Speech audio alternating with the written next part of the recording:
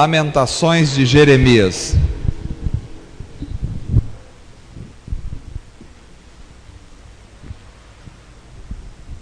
Depois de Isaías vem Jeremias, depois de Jeremias vem Lamentações de Jeremias. Esse é um livro em que, antes desta mensagem, não me lembro de ter pregado nenhuma mensagem outra neste livro.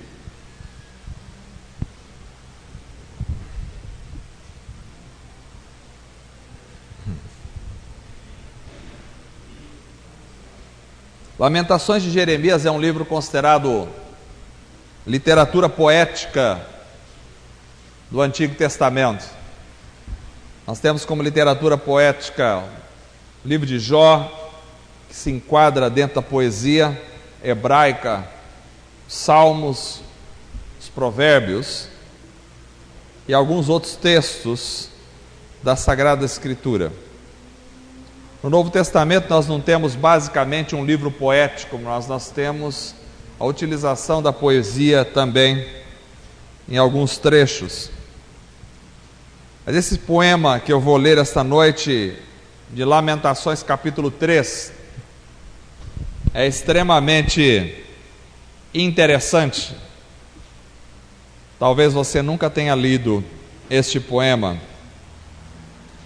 Gostaria que você se atentasse para a leitura desta noite. Todos encontraram Lamentações de Jeremias capítulo 3. Nós vamos começar do verso 1 e vamos ler até o verso de número 66. Diz assim a palavra do Senhor: Eu sou o homem que viu a aflição trazida pela vara da sua ira. Ele me impeliu e me fez andar na escuridão e não na luz. Sim, ele voltou sua mão contra mim, vez após vez, o tempo todo. Fez que a minha pele e a minha carne envelhecessem e quebrou os meus ossos. Ele me sitiou e me cercou de amargura e de pesar. Fez-me habitar na escuridão, como os que há muito morreram. Cercou-me de muros e não posso escapar, atou-me apesar das correntes. Mesmo quando chamo ou grito por socorro, ele rejeita a minha oração. Ele impediu o meu caminho com blocos de pedra e fez tortuosas as minhas sendas. Como um urso à espreita, como um leão escondido, arrancou-me do caminho e despedaçou-me, deixando-me abandonado. Preparou o seu arco e me fez alvo de suas flechas. Atingiu meu coração com flechas da sua aljava. Tornei-me motivo de riso de todo o meu povo. Nas suas canções eles zombam de mim o tempo todo. Fez-me comer ervas amargas e fartou-me de mel. Quebrou os meus dentes com pedras e pisoteou-me no pó. Tirou-me a paz e esqueci-me do que significa prosperidade. Por isso digo, meu esplendor já se foi, bem como tudo o que eu esperava do Senhor. Lembro-me da minha aflição e do meu delírio, da minha amargura e do meu pesar. Lembro-me bem disso tudo e a minha alma desfalece dentro de mim. Todavia lembro-me também do que me pode dar esperança. Graças ao grande amor do Senhor é que não somos consumidos, pois as suas misericórdias são inesgotáveis. Renovam-se cada manhã, grande é a tua fidelidade. Digo a mim mesmo, a minha porção é o Senhor, portanto nele porei a minha esperança. O Senhor é bom para com aqueles cuja esperança está nele, para com aqueles que o buscam. É bom esperar tranquilo pela salvação do Senhor. É bom que o homem suporte o jugo enquanto é jovem. Leve-o sozinho em silêncio, porque o Senhor o pôs sobre ele. Põe o seu rosto no pó, talvez ainda haja esperança. Ofereça o rosto a quem o quer ferir e engula a desonra, porque o Senhor não desprezará para sempre. Embora ele traga tristeza, mostrará compaixão. Tão grande é o seu amor infalível. Porque não é do seu agrado trazer aflição e tristeza aos filhos dos homens, esmagar com os pés todos os prisioneiros da terra, negar a alguém os seus direitos, enfrentando o Altíssimo, impedir a alguém o acesso à justiça, não veria o Senhor tais coisas? Quem poderá falar e fazer acontecer se o Senhor não tiver decretado? Não é da boca do Altíssimo que vêm tanto as desgraças como as bênçãos? Como pode um homem reclamar quando é punido por seus pecados? Examinemos e submetamos à prova os nossos caminhos e depois voltemos ao Senhor. Levantemos o coração e as mãos para Deus, que está nos céus, e digamos: pecamos e nos rebelamos e tu não nos perdoaste. Tu te cobriste de ira e nos perseguiste, massacraste-nos sem piedade, tu te escondeste atrás de uma nuvem para que nenhuma oração chegasse a ti. Tu nos tornaste escória e refúgio entre as nações, e refúgio entre as nações. Todos os nossos inimigos escancaram a boca contra nós. Sofremos terror e ciladas, ruína e destruição. Rios de lágrimas correm dos meus olhos, porque o meu povo foi destruído. Meus olhos choram sem parar, sem nenhum descanso, até que o Senhor contemple dos céus e veja. O que eu enxergo enche minha alma de tristeza, de pena de todas as mulheres da minha cidade. Aqueles que sem motivo eram meus inimigos, caçaram-me como a um passarinho. Procuraram fazer minha vida acabar na cova e me jogaram pedras. As águas me encobriram a cabeça e cheguei a pensar que o fim de tudo tinha chegado. Clamei pelo teu nome, Senhor, das profundezas da cova. Tu ouviste o meu clamor. Não feche os teus ouvidos aos meus gritos de socorro. Tu te aproximaste quando a ti clamei e disseste: não tenha medo. Senhor, tu assumiste a minha causa e redimiste a minha vida. Tu tens visto, Senhor, o mal que me tem sido feito. Toma a teu cargo a minha causa. Tu viste como é terrível a vingança deles, todas as suas ciladas contra mim. Senhor, tu ouviste os meus insultos, todas as suas ciladas contra mim. Aquilo que os meus inimigos sussurram e murmuram o tempo todo contra mim. Olha para eles, sentados ou em pé, zombam de mim com as tuas canções. Dá-lhes o que merecem, Senhor, conforme o que as tuas mãos têm feito. Coloca um véu sobre os seus corações e esteja a tua maldição sobre eles. Persegue-os com fúria e elimina-os de debaixo dos teus céus. Ó Senhor. Amém. Quantos acreditam que esse texto é inspirado pelo Espírito Santo?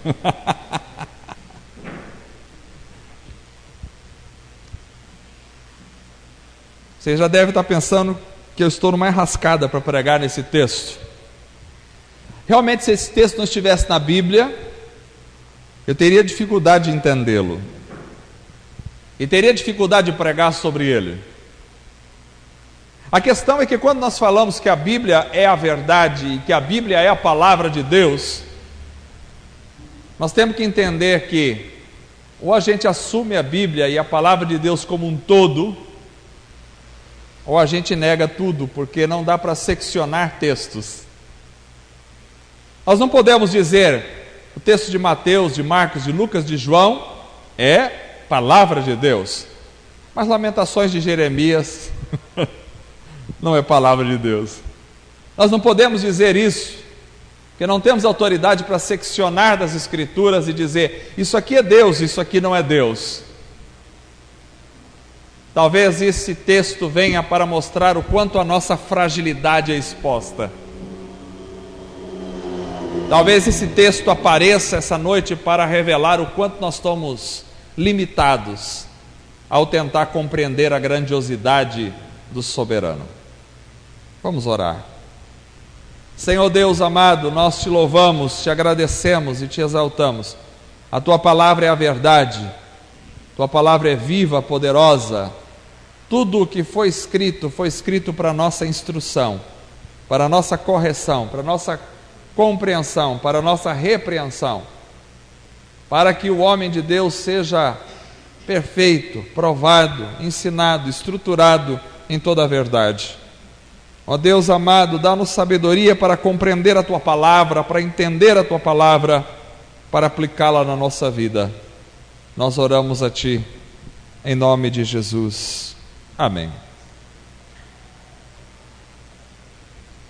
Amados irmãos, o livro de Lamentações, ele foi escrito pouco depois da destruição de Jerusalém pelos babilônios. Acredita-se que esse livro foi escrito por volta de 586 a.C. Jerusalém foi destruída pelos babilônios em 587 a.C. Cerca de um ano, menos de um ano, um pouco depois da destruição de Jerusalém, Jeremias provavelmente está escrevendo o livro de Lamentações. Ao contemplar a destruição de Jerusalém, porque os profetas tinham avisado o povo de Israel de que eles precisavam estar cumprindo o pacto feito entre Deus e o povo de Israel lá no Monte Sinai, através de Moisés. E naquele tratado, naquele pacto, naquele contrato feito entre Deus e o povo de Israel tinha que andar na linha, tinha que seguir os mandamentos do Senhor. E caso o povo de Israel não andasse na linha e não seguisse os mandamentos do Senhor, eles seriam expulsos da terra. E o povo de Israel assinou embaixo naquele contrato, reafirmou o contrato com Deus e disse: é assim que nós vamos viver. Acontece que vocês sabem a história, o povo de Israel não honrou o pacto feito com Deus, e eles se desviaram do caminho do Senhor, e Deus começou a mandar profetas a Israel para dizer: eu vou tirar vocês da terra, eu vou tirar vocês da terra, porque vocês não estão obedecendo aquilo que nós falamos lá atrás, vocês não estão obedecendo ao contrato que nós fizemos, o pacto que nós fizemos, vocês deram a palavra de vocês, mas vocês não estão vivendo aquilo que era para ser vivido. E o povo de Israel, como vocês sabem, não deu ouvido aos profetas, mataram os profetas, expulsaram os profetas, apedrejaram os profetas da terra e se desviaram do caminho do Senhor, até que no ano 722 a.C., Deus envia os exércitos de Senaqueribe sobre a região norte de Israel, cuja capital era Samaria, e ali Senaqueribe destruiu a região norte de Israel, levou o povo do reino norte como cativos para a Síria. Isso foi em 722 a.C., e agora em 587 a.C., o Reino Sul, embora tenha visto toda a calamidade que sobrecaiu sobre o Reino Norte, eles não se arrependeram dos seus pecados e continuaram fazendo muitas coisas que Deus desaprova. E aí então, finalmente, em 587, Deus levanta os exércitos dos babilônios, que era o povo que morava naquela região que hoje é o nosso atual Iraque. E os exércitos babilônios vieram e destruíram Jerusalém, e destruíram o templo de Jerusalém, que era o centro do culto de Israel, e levaram as vasilhas do templo, levaram todos os utensílios do templo para a Babilônia, e levaram o povo cativo. Então é importante considerarmos o contexto desolador da escrita deste livro, Lamentações de Jeremias. É um poema em forma de lamento. Ele está lamentando o que aconteceu com Israel. Parece-me que este poema de lamentações vem para chamar a atenção do povo judeu para aquilo que tinha acontecido, mas ao mesmo tempo ele não deixa de ser a palavra de Deus, e a palavra de Deus é viva, é eficaz. Então a palavra de Deus que fala a um determinado povo em uma determinada época, não se restringe àquele povo e àquela época, mas tem uma abrangência extrema e pode atingir um povo muito diferente, muito distante, que está numa época muito distante como o nosso povo hoje, mas que contudo talvez sofra das mesmas iniquidades e pecados que aquele povo sofria. Então parece-me que este texto vem nos trazer uma reflexão importante para a realidade da nossa vida. Vejam vocês que o ambiente em que Israel está vivendo na época de Lamentações é um ambiente de caos e de destruição. Jerusalém está destruída, os muros de Jerusalém estavam derrubados, o templo tinha sido destruído, a mobília do templo tinha sido roubada, e além de tudo isso, o povo tinha sido levado cativo como escravos para trabalhar com trabalhos forçados e pesados lá no reino da Babilônia. E é nesse ambiente de caos que surge essa pérola para nós observarmos esta noite. Nós não podemos desconsiderar o contexto ao ler este poema. O contexto é um contexto de caos, mas é justamente nos momentos de maior dor e angústia que surgem os maiores poemas. É nos momentos de maior dor de um poeta, de um coração de um ser humano, é que surgem as maiores canções e as melhores canções da vida. São nos momentos de maior angústia que surgem os maiores discursos da humanidade. Então esse poema vem, e é neste contexto que nós vamos aprender algumas coisas importantes esta noite.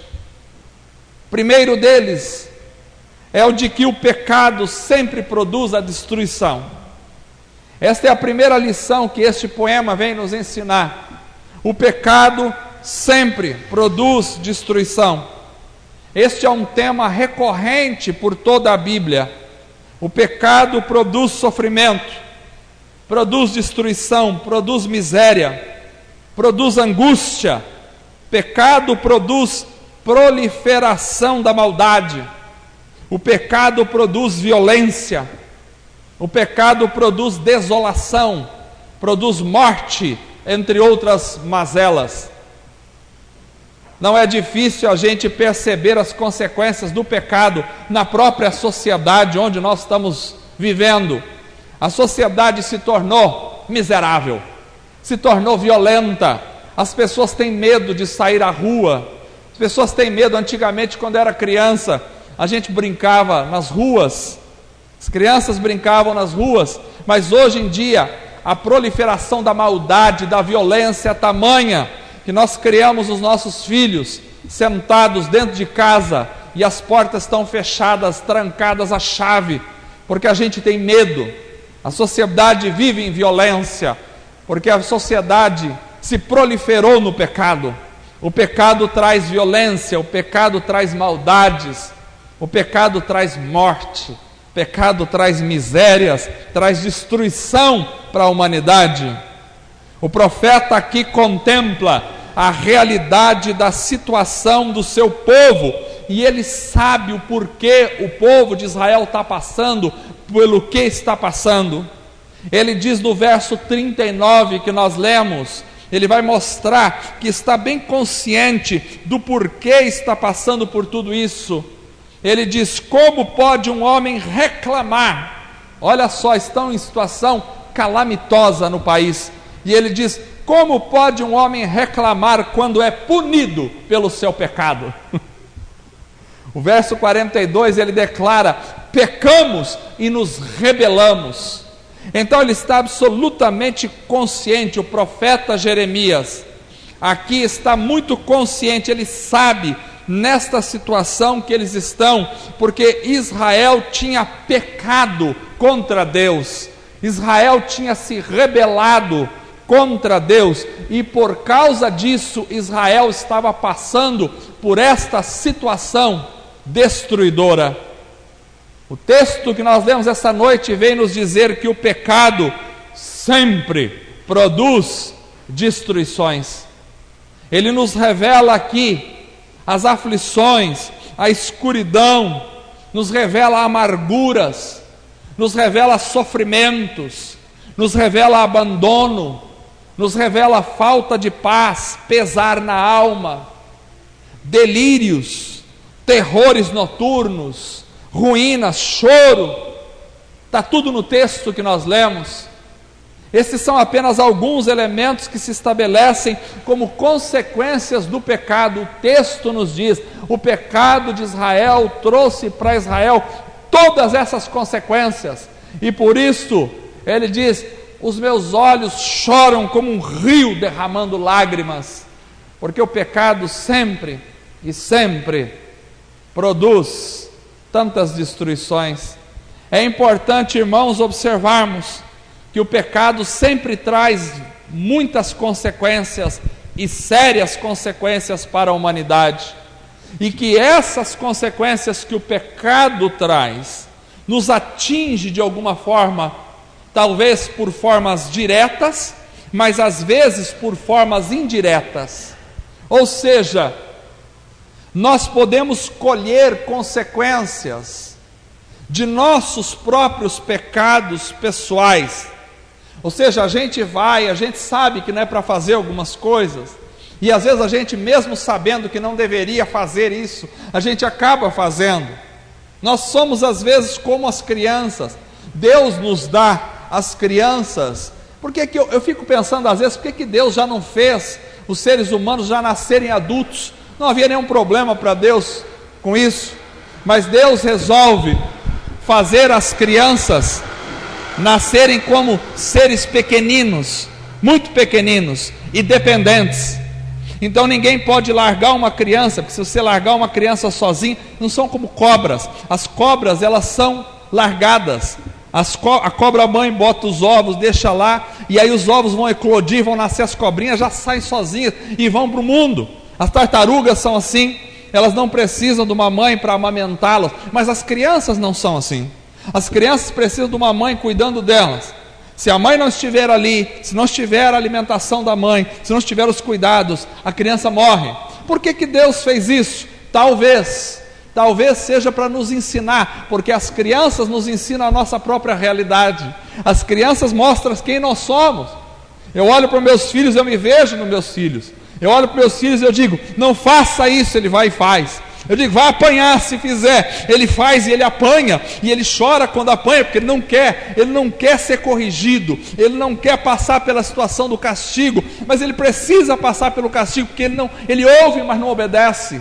É assim que acontece com a gente continua sendo a mesma coisa, a gente só cresce, a gente deixa de apanhar de chinelo, mas a gente continua apanhando da vida.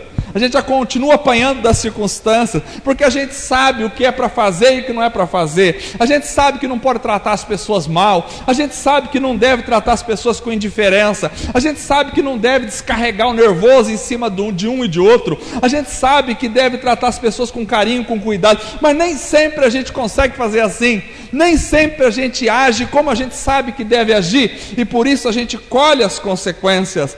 Então às vezes os nossos pecados particulares, Jesus perdoa os nossos pecados, é claro, nós estamos aqui esta noite porque Jesus nos perdoou, Jesus perdoa os nossos pecados, mas uma coisa é Jesus perdoar os nossos pecados, outra coisa é a gente colher consequências dos nossos erros no dia a dia, na vida. Ou seja, se você pular de um prédio, Jesus morreu por você na cruz do Calvário, mas se você pular de um prédio de 50 andares, com certeza você vai morrer quando cair no solo, porque você colhe uma consequência da quebra de uma lei da gravidade, de uma lei da natureza estabelecida por Deus. As leis estão aí para nos ensinar. Se a gente colocar dedo na tomada, a gente vai tomar um choque, porque a lei das coisas mecânicas, as coisas eletromecânicas da sociedade estão aí. A gente infringe uma lei, a gente sabe que não pode passar no sinal vermelho, mas às vezes a gente está com tanta pressa e diz: mas só essa vez não vai ter problema. E aí na hora que você passa no sinal vermelho, você olha e tem um guarda bem escondidinho de lado ali, e você vê o guarda levantando a mão e anotando alguma coisa. Você diz: pronto,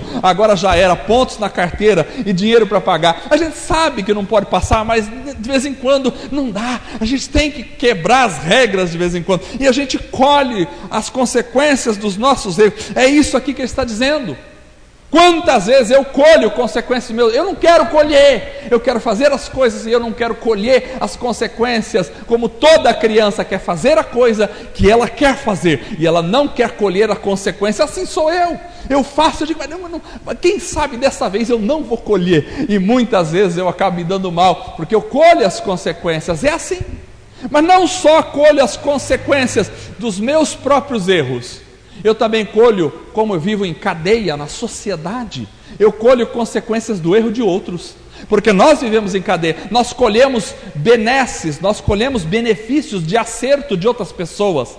Algum estudioso foi lá, inventou uma vacina que conseguiu parar uma certa praga que estava acontecendo, de doença, de enfermidades. Então nós colhemos esse benefício porque alguém construiu uma vacina, alguém inventou um remédio, alguém conseguiu fazer alguma coisa que trouxe benefício. Eu abro a geladeira da minha casa e eu tomo água gelada, porque alguém construiu uma geladeira um dia. Eu colho o benefício do que alguém fez. Eu não inventei a geladeira, mas eu colho o benefício do que alguém fez por mim.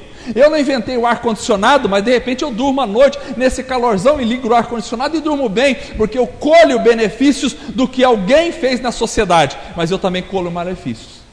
Alguém rouba na cadeia social, lá em cima e falta dinheiro aqui embaixo, e nós colhemos dificuldades. Alguém aumenta os impostos que não deveriam ser aumentados, e nós pagamos a conta aqui embaixo. Alguém é violento, sai na rua, pega o carro, enche a cara, está bêbado, bate, tromba, mata o outro inocente. Nós colhemos as consequências, nós colhemos benefícios e nós colhemos consequências de pecados de outros na sociedade. É isso que o texto diz. Todo pecado traz a sua consequência, e nós colhemos, quer seja pecados da nossa individualidade, ou seja, colhemos consequências diretas, ou quer seja pecados da sociedade, e nós colhemos pecados ou consequências indiretas na vida. Então a sociedade é assim, a sociedade é violenta, e nós temos que lidar com os pecados nossos e com os pecados sociais. E aí eu começo a me perguntar então, como viver em um mundo onde o pecado se alastra? Como viver em um mundo onde as consequências do pecado são evidentes e estão aí? Como viver nesse mundo? E aqui nesse versículo eu encontrei um tesouro, uma pedra preciosa. Nesse texto eu encontrei 2 versos que são as chaves para a nossa reflexão desta noite. São os versos 20 e 21 do texto. Quando o autor, em meio às destruições contempladas de Jerusalém, ele disse assim: lembro-me bem disso tudo, e a minha alma desfalece dentro de mim. Todavia, lembro-me também do que me pode dar esperança. Outra tradução vai dizer: eu quero trazer à memória o que me pode dar esperança. Em primeiro lugar, viver em uma sociedade assim como a nossa requer que não negligenciemos a calamidade. Isso é importante. Eu não estou dizendo para vocês assistirem programas do sangue na televisão. Eu não estou dizendo para vocês ficarem enchendo a alma lendo o jornal do sangue no dia a dia. Eu não estou dizendo para vocês ficarem o dia inteiro escutando programas de rádio, assistindo programas de televisão que mostre a mazela, a miséria da sociedade e toda a podridão do meio social para encher a alma de tristeza. Eu não estou dizendo para vocês fazerem isso. Mas estou dizendo que todos nós não podemos negligenciar os efeitos e os resultados do pecado no mundo social. O autor disse: eu me lembro de tudo isso, eu sei, eu vi tudo acontecer em Jerusalém, eu me lembro. Ou seja, não podemos esquecer dos efeitos do pecado, não podemos ignorar o peso das transgressões, não podemos viver indiferentes às consequências que o pecado traz à humanidade. E nesse quesito precisamos estar alerta. Será que nós estamos de alguma forma colhendo consequências de nossos próprios pecados? Como eu estou? É uma pergunta que eu me faço essa noite. Como é que eu estou, minha vida, meu dia a dia? Será que está tudo bem comigo, ou será que eu estou colhendo algumas consequências? Pode ser que eu esteja colhendo consequências do pecado social, isso é uma coisa, Mas pode ser que eu esteja colhendo no meu dia a dia, na minha casa, na minha família, na minha vida pessoal, pode ser que eu esteja colhendo consequências do meu próprio pecado, e eu não posso negligenciar isso. Se eu descobrir que de alguma forma eu estou colhendo consequências do meu próprio pecado, o texto esta noite nos dá o caminho para a gente trilhar. O verso 29 diz: ponha o teu rosto no pó, talvez haja esperança. Ponha o teu rosto no pó. Essa é uma mensagem intrigante. Não é uma mensagem que fala para você: sai daqui, você vai ganhar um sorvete na hora que você sair daqui. Não, não é essa mensagem. Não é uma mensagem que derrete no meio do caminho na hora que você sair daqui. Não. Essa mensagem é uma mensagem que vai nos chamar a atenção. Ela vai dizer: se você cometeu algum erro, pecado contra o Senhor, bota o teu rosto no pó. O que é colocar o rosto no pó? O povo de Israel tinha uma atitude de demonstrar a humilhação. Quando eles estavam querendo se humilhar, o que eles faziam? Eles colocavam o rosto rente ao chão. Eles ajoelhavam e botavam o rosto na terra, no pó. E eles pegavam a terra e jogavam em cima da cabeça, jogavam a terra para cima, para dizer: eu sou pó, eu sou terra, e estou voltando à terra. O grande problema da sociedade é as pessoas achar que elas são mais do que são. Isso já está lá no livro de Apocalipse. Tinha até uma igreja que achava que ela era mais do que era.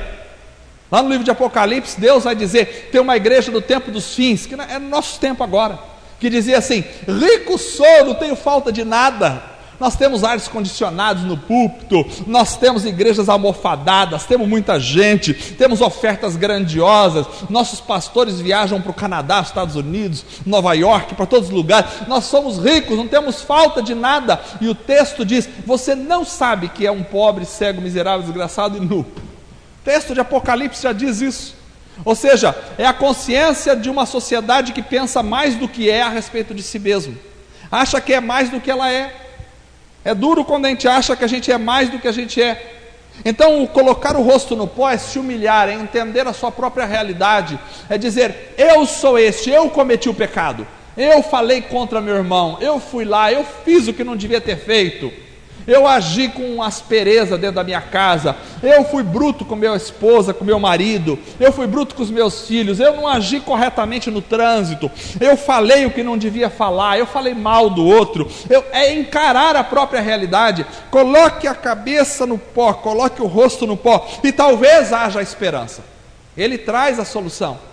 Se você descobre que o pecado é seu e a consequência que você colhe é por causa do seu pecado, precisa se humilhar e pedir perdão. Nós não cantamos essa noite: mais de ti, que ele cresça e eu diminua. É uma humilhação, uma atitude de humildade no coração. Tem gente que não pode ouvir o outro falar mal dele, que fica revoltado. Peraí, nós temos que nos humilhar. Essa é a condição do servo de Deus. A condição do servo de Deus é sempre para baixo, é sempre de humildade. Por isso que Filipenses vai dizer que haja em vós o mesmo sentimento que houve em Cristo Jesus, que sendo Deus, sendo em forma de Deus, não teve por usurpação ser igual a Deus, mas antes humilhou-se a si mesmo e veio, se esvaziou de si mesmo e veio em forma de servo, e em forma de servo ele foi até a morte. Que haja em vós o mesmo sentimento que houve em Cristo Jesus. Precisamos nos humilhar, precisamos pedir perdão para os filhos, pedir perdão para a esposa, para o marido, pedir perdão para as pessoas na rua, pedir perdão para os amigos, pedir perdão. Precisamos nos humilhar, porque às vezes a falta de humildade, e a Bíblia diz: o orgulho precede a ruína. Quando há falta de humildade, o pecado chegou, e quando o pecado chegou, vem as consequências do pecado. Então, se é um pecado de natureza individual, eu devo botar o rosto no pó. Não podemos esquecer dos efeitos do pecado. E se encontrarmos em nós o pecado, precisamos clamar ao Senhor arrependidos, e Deus vai ouvir o nosso clamor. Porém, às vezes nós colhemos o resultado do pecado da coletividade, dos outros, do meio social. E aí eu pergunto: o que eu faço? O que eu faço quando eu colho os pecados do meio social? O verso 40 e verso 41 vai dizer: examinemos e coloquemos à prova os nossos caminhos, o meio social, e assim voltemos ao Senhor, levantemos o coração e as mãos para Deus que está nos céus, e digamos: pecamos e nos rebelamos, e tu não nos perdoaste. Ou seja, saiba que o mundo é injusto mesmo e que vive as injustiças. Agora, não se revolte quando você colhe um pecado do mundo social, porque essa é uma realidade que recai sobre todas as pessoas. Apenas ore pelas autoridades. Qual é o nosso papel como igreja? Orarmos pelas autoridades, orar pelos promotores da justiça ou da injustiça, clamar a Deus pelo seu povo, clamar pela igreja, ser uma voz para este mundo, chamando este mundo ao arrependimento. Esse é o nosso papel como igreja. Se colhemos pecados, resultado de pecados individuais, clamemos no pó. Se colhemos resultado de pecados sociais, clamemos pela nossa sociedade. Então é importante olhar e estar consciente do resultado do pecado. Mas há a segunda chave nesse texto. A outra chave importante aqui é: nós vivendo em uma sociedade assim, como a nossa, requer que possamos trazer à memória as coisas que nos dão esperança. Vejam que ele se lembra das coisas terríveis que aconteceram, ele se lembra das tragédias, mas ele não fica nesse ponto. Ele também traz à memória aquilo que pode lhe dar esperança. No verso 21, todavia me lembro também do que me pode dar esperança. A minha questão esta noite é: muitas vezes nós somos levados a uma vida de melancolia e desânimos, como o irmão mesmo compartilhou agora no começo deste culto, sobre as depressões, sobre as circunstâncias da alma. Às vezes a gente vive uma vida de melancolia, de desânimos na vida. E isso por quê?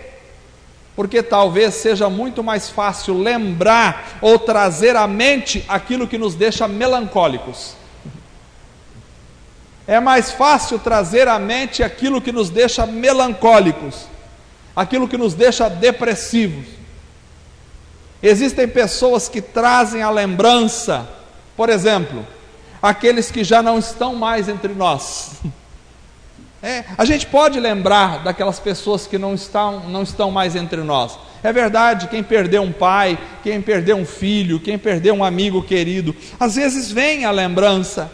Mas tem gente que alimenta o coração e a alma somente daqueles que já não estão mais entre nós. E isso faz com que as fotografias do passado, as conversas das rodas de família, sejam apenas um despertar de lágrimas e lamentos.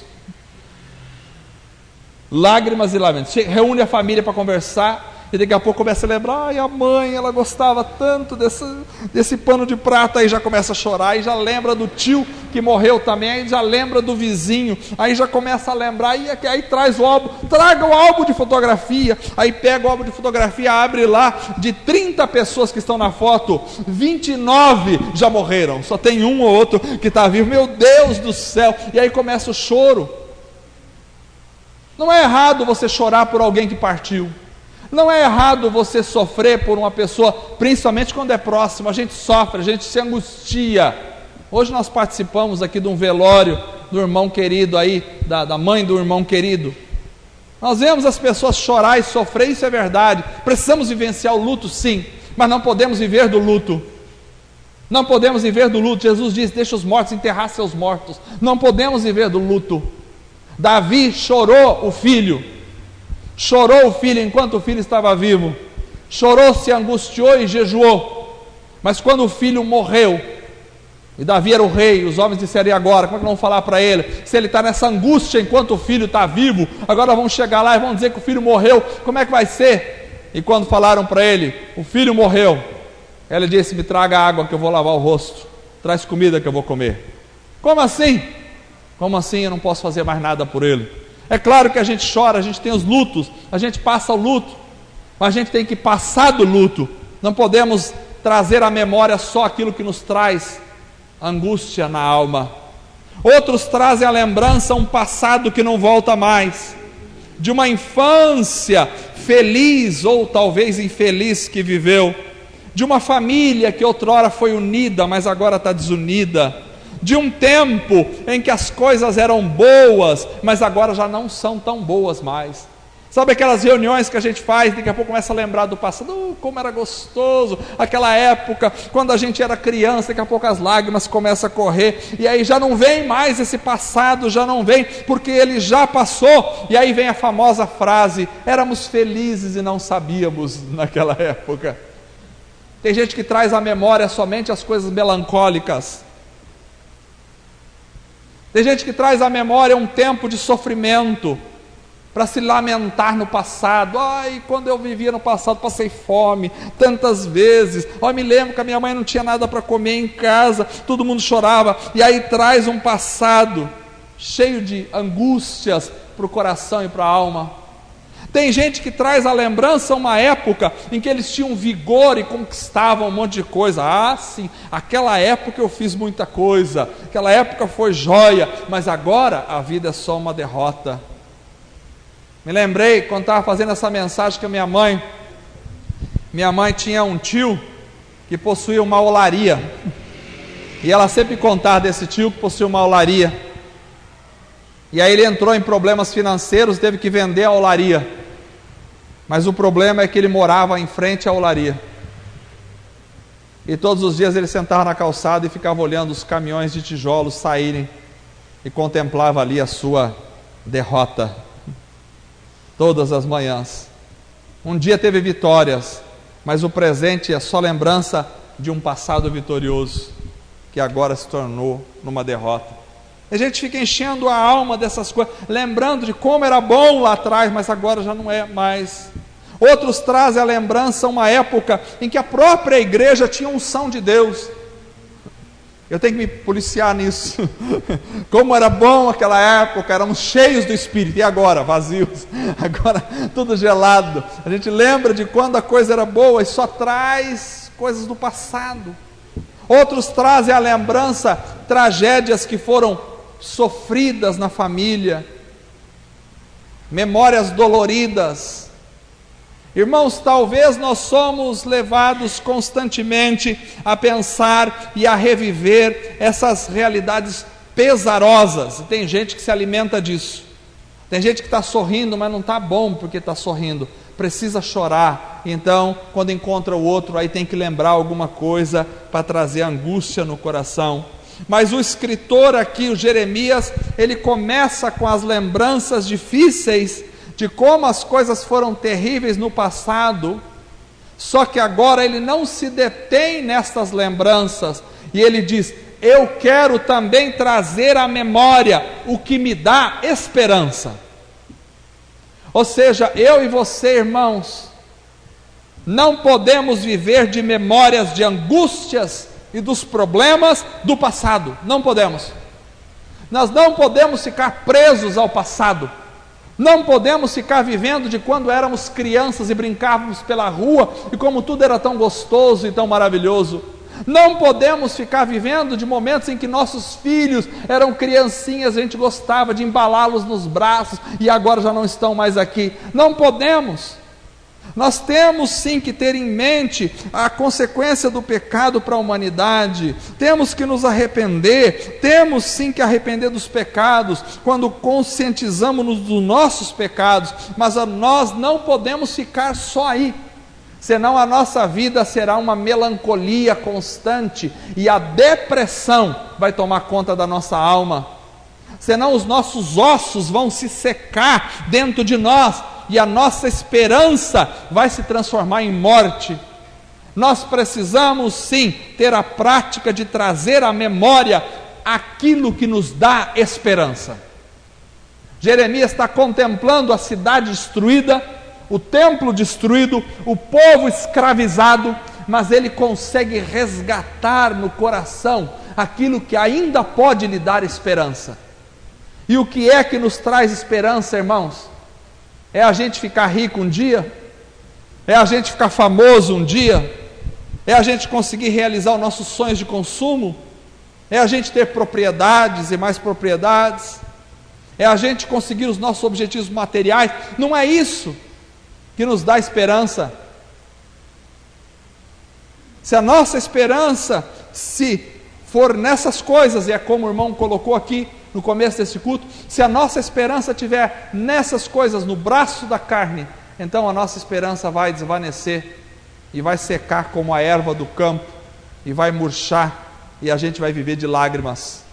O que nos dá esperança, irmãos, e eu gostaria para continuar olhando para esse texto, porque o que dava esperança ao escritor de Lamentações é o que tem que dar esperança para o meu coração e para o seu coração.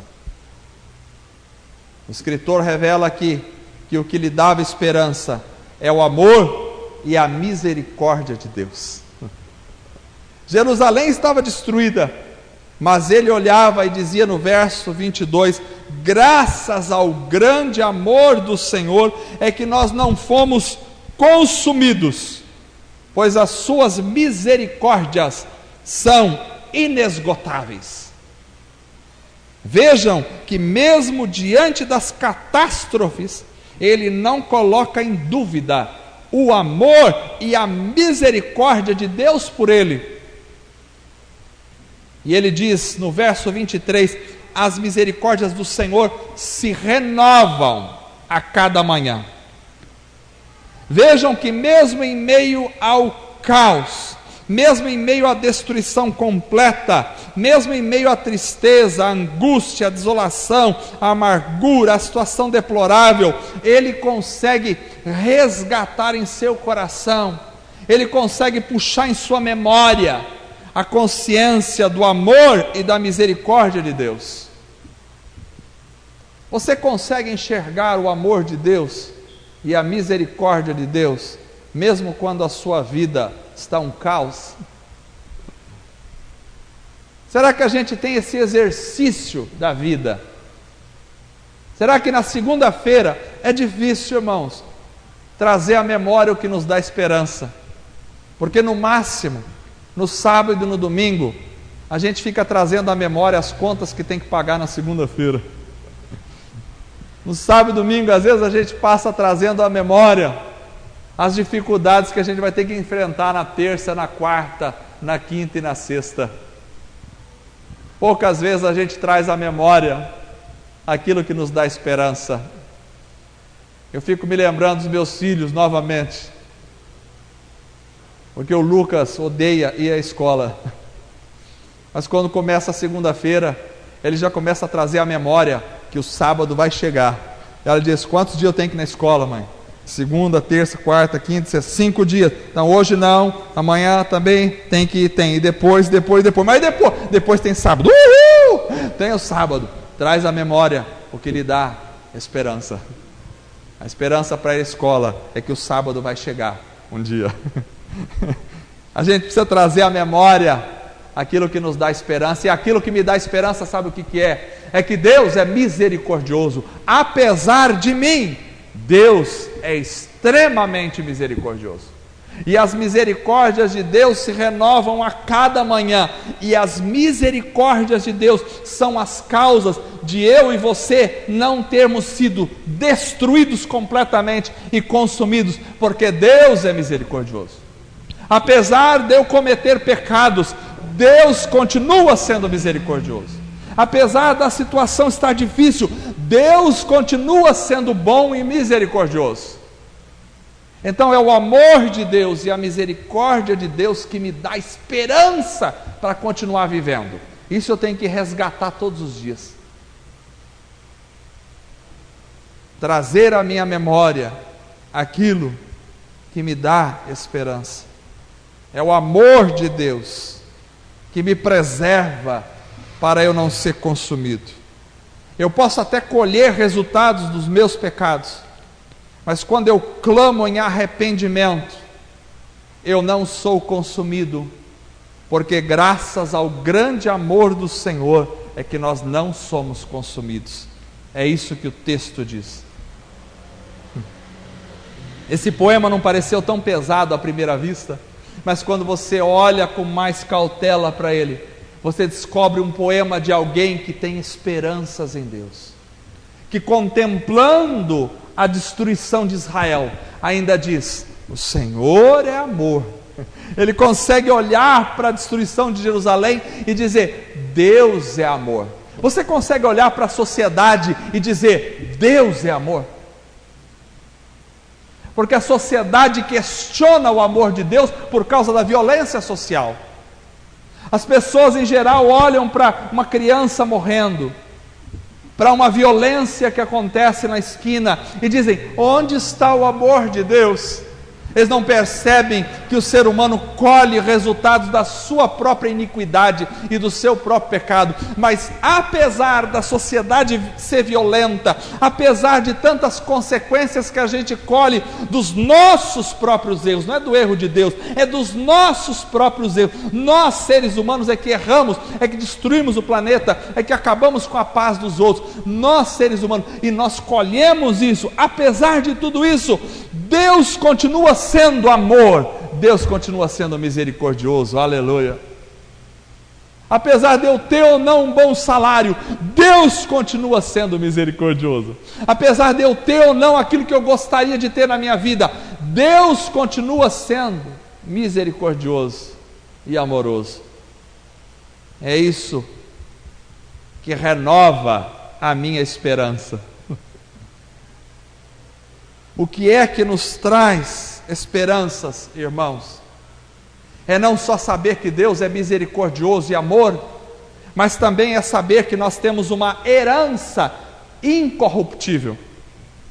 O escritor diz no verso 24: digo a mim mesmo, a minha porção é o Senhor, portanto nele porei a minha esperança. A porção aqui é a herança. A herança é o Senhor. Ou seja, irmãos, nós não temos uma herança corruptível. Nós não temos uma herança que se desvanece. Nós não temos uma herança que pode se acabar com o tempo. Nós não temos uma herança que a inflação come, que os ladrões roubam. A nossa herança não é terras, casas, fazendas, gado, dinheiro. A nossa herança é o próprio Deus eterno na sua grandiosidade. É isso que me traz esperança. As heranças materiais se desvanecem com o tempo, mas a nossa herança é eterna. E aqui eu me lembro do texto de 1 de Pedro, capítulo 1, verso 3 até o verso 5. O apóstolo Pedro escreveu: bendito seja o Deus e Pai de nosso Senhor Jesus Cristo, conforme a sua grande misericórdia, Ele nos regenerou para uma esperança viva, por meio da ressurreição de Jesus Cristo dentre os mortos, para uma herança que jamais poderá perecer, macular-se ou perder o seu valor, herança guardada nos céus para vocês, que mediante a fé são protegidos pelo poder de Deus, até chegar à salvação, prestes a ser revelada no último tempo. Tem gente que tem a esperança nas coisas materiais e por isso vive com medo de perder o que tem. Qual é a sua porção? Se for o Senhor, ninguém pode tirar de você. É isso que nos traz esperança. Nós temos uma herança no céu. Quando você estiver à beira da angústia, quando as coisas começarem a ir mal para você, alimente o teu coração com o que pode trazer esperança. E o que pode trazer esperança é saber que o Senhor tem guardado para nós uma herança no céu, que é o próprio Senhor, é o relacionamento com Deus eterno.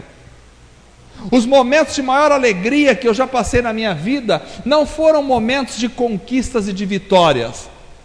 Eu tive muitas conquistas e vitórias, mas não foi nos momentos de conquistas e vitórias que eu sentia maior prazer e maior alegria na minha vida. Sabe quais são os momentos de maior alegria da minha vida? São os momentos em que eu penso que logo os céus podem se abrir e o Senhor Jesus voltar para levar a sua igreja para os céus com Ele. Este é o maior momento de alegria da minha vida.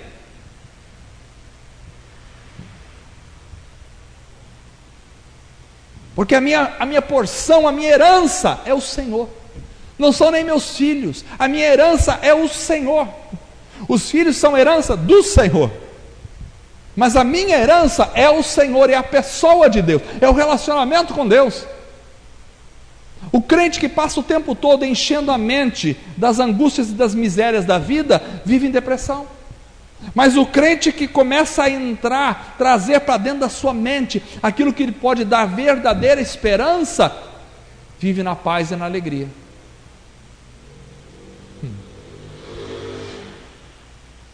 Quantas vezes eu estava angustiado na minha vida e de repente eu pensava, mas se Jesus voltar agora, todos esses problemas que eu estou pensando aqui vão desaparecer no momento. E se eu morrer agora e partir para estar com o Senhor, todos esses momentos, esses problemas que eu estou passando vão desaparecer no momento, porque eu tenho o Senhor como Senhor da minha vida. Isso é que me traz esperança, isso é que me traz alegria. Nós não podemos viver uma vida de angústias, de misérias espirituais. Nós precisamos viver uma vida de alegria, de abundância, porque Jesus diz: eu deixo-vos a minha paz vos dou, não vou lá dou como o mundo a dá. Jesus nos dá uma paz verdadeira, autêntica, e alegria no coração e na alma.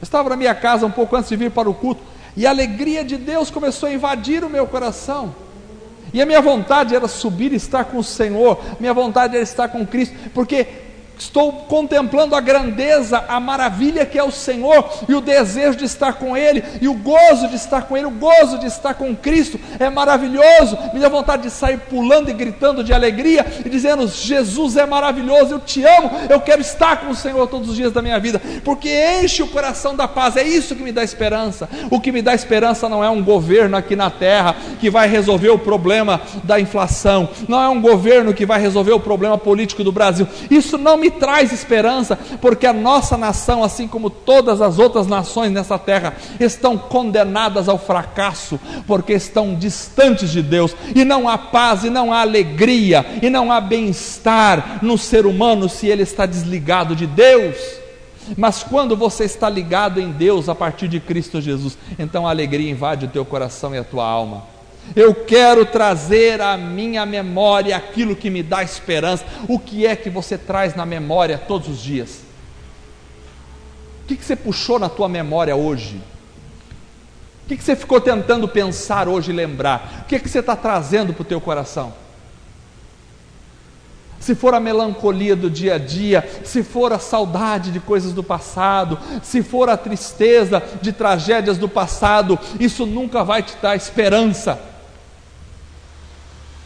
E o apóstolo Paulo até falou em relação à morte, porque a morte é o elemento mais complicado para nós, porque a morte separa pessoas por tempo que a gente não sabe quanto tempo vai durar a separação. Então a morte separa, e isso é muito complicado. Mas o apóstolo Paulo vai dizer para os Tessalonicenses: vocês não têm que ficar nervosos, tristes, chorando por causa dos que já partiram, como se não tivessem esperança. Vocês não sabem que quando o Senhor vier nos ares, então os mortos em Cristo ressuscitarão primeiro. Eles vão primeiro que vocês, eles ressuscitarão primeiro, e depois nós que estivermos vivos, vamos estar arrebatados para encontrar o Senhor nos ares, e assim estaremos para sempre juntos. Por que vocês se preocupam com os que já morreram? O apóstolo Paulo chama a atenção dos irmãos: para de chorar nos velórios, sorria, porque um dia vocês vão encontrar o Senhor nos ares. Aleluia! É claro que nós vamos chorar nos nossos velórios, é claro que sim, não nos nossos entes queridos, porque no nosso velório quem vai chorar são eles. Tudo bem, isso faz parte da vida, da separação do dia a dia, mas nós não podemos agir como aqueles que não têm esperança, porque nós temos uma esperança, e a nossa esperança é a ressurreição e a vida eterna com o Senhor. Aleluia! É isso que me traz esperança. Quando era criança eu tinha esperança de ficar rico. Fiquei velho e percebi que aquela esperança não resolveu nada, porque não fiquei rico, continuei pobre. Não importa.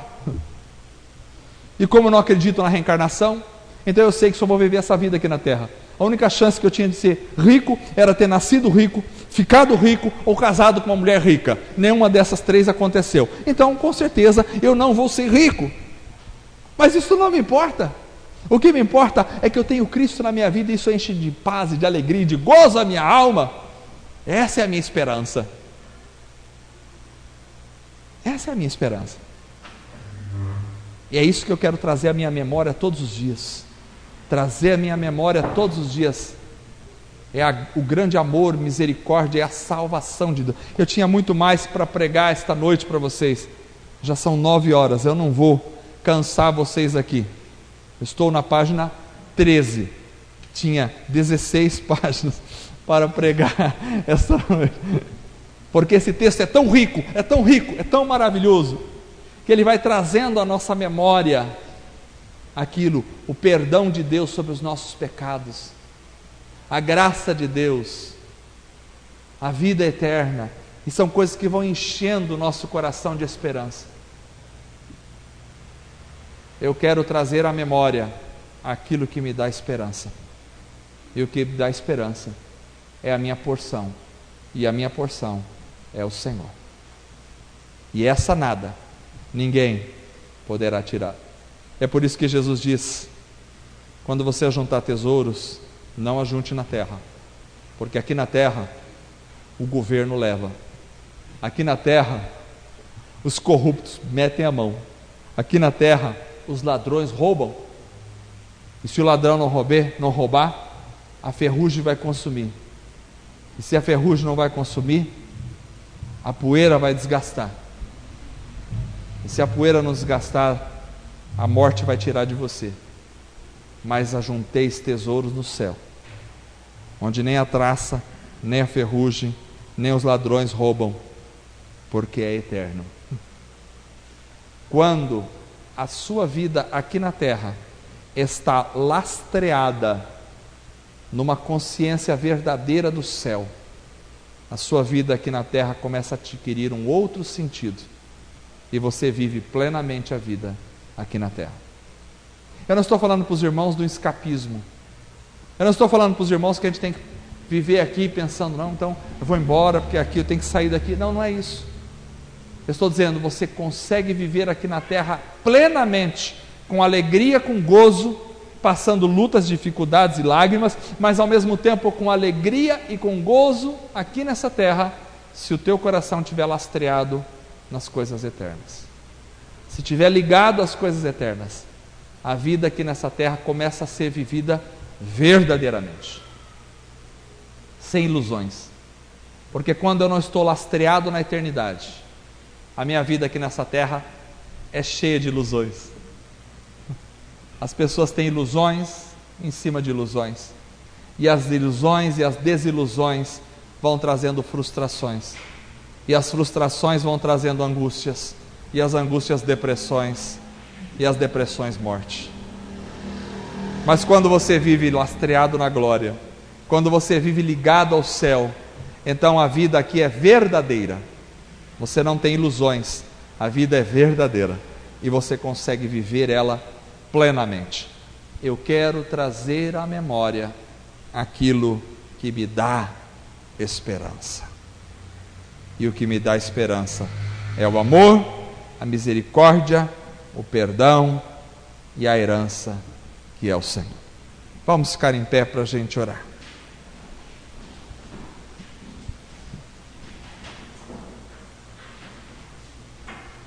Eu não sei como está o seu coração. Eu sei como estava o coração de Jeremias quando escreveu esse poema, porque ele resgatou no poema toda a sua realidade de angústia, mas ao mesmo tempo ele nos ensinou como viver uma vida aqui na terra. Eu gostaria que você, seja qual for a sua circunstância hoje, pudesse colocar o seu coração nas mãos do Senhor. Talvez você colha algumas consequências de erros próprios seus da sua vida. É momento de colocar o rosto no pó, se humilhar e pedir perdão ao Senhor. E Deus é misericordioso, as suas misericórdias se renovam a cada manhã, por isso Ele perdoa os seus pecados, e Ele sara a sua vida. Talvez você colha problemas do meio social, não se revolte. O mundo está afastado de Deus e, como consequências, a gente sofre neste mundo. Mas oremos. A Bíblia nos chama a orar pelas autoridades da nossa nação. Oremos pelas autoridades, confiando no Senhor, que é soberano. Talvez seu coração está pesaroso. Você precisa resgatar na sua memória, não as coisas que te deixam angustiado, mas resgatar na sua memória aquilo que te traz esperança. Deus é misericordioso, Deus é amor, Deus é perdão, Deus é perdoador, Deus é a nossa herança, e um dia nós estaremos para sempre com o Senhor. É isso que me traz a esperança no coração. Feche os teus olhos. Senhor amado, nós estamos aqui esta noite e queremos resgatar na nossa memória e trazer à nossa memória tudo aquilo que nos dá esperança. E o que nos dá esperança é o Senhor. O que nos dá esperança é o Senhor. É conhecer-te, é viver-te, é servir-te, é ter o Senhor como porção da nossa vida. É saber do teu amor, da tua misericórdia que se renova a cada manhã. É saber que o Senhor é um Deus perdoador, que perdoa o nosso pecado e purifica a nossa vida. Deus amado, fortalece o coração do teu povo, que cada pessoa aqui esta noite não saia daqui sem esperança, mas que cada um possa resgatar a esperança no Senhor, que cada um possa trazer à sua memória aquilo que traz esperança ao nosso coração. Abençoa a tua igreja, fortalece o coração de cada pessoa, aviva cada pessoa neste lugar. Precisamos de mudança, precisamos de um avivamento verdadeiro e genuíno na presença do Senhor. Precisamos de mudança de vida, precisamos de arrependimento de pecados, precisamos, ó Deus, confessar o nosso pecado, confessar as nossas transgressões ao Senhor. Que haja perdão, purificação, santificação, renovação em cada coração, ó Pai. É o que te pedimos em nome de Jesus. Amém. Vamos cantar ao Senhor com alegria essa